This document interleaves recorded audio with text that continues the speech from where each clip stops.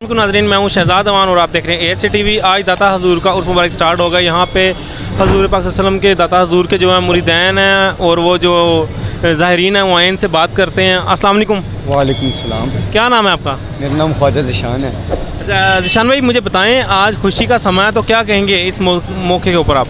मैं बस यही कहना चाहता हूँ कि आज जो खुशी का समय है, लेकिन बस मेरी ज़ाहिरीन से इल्तमास है कि ढोल बाजे ना बजाएं, सिर्फ जाके अंदर इनको इसाले सवाब करें, इनके लिए दुआ करें। अल्लाह पाक इन्हीं के सदके हमारी बख्शिश फरमाए और हमारा नाम भी इन्हीं की लिस्ट में आमीन हो। तो आप ज़दगान के लिए क्या पैगाम देना चाहेंगे?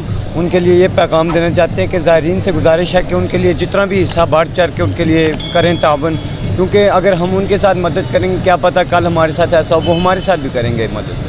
हम किसी के साथ मदद करेंगे, तावन करेंगे, वो अगला हमारे साथ भी करेगा।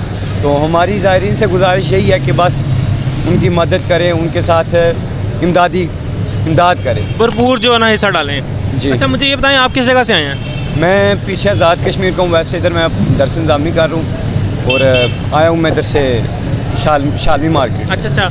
और आज आपको पता है कि पूरे पाकिस्तान से बल्कि पूरी दुनिया से जो ज़ाहिरीन आएंगे उनके लिए कोई पैगाम आपका?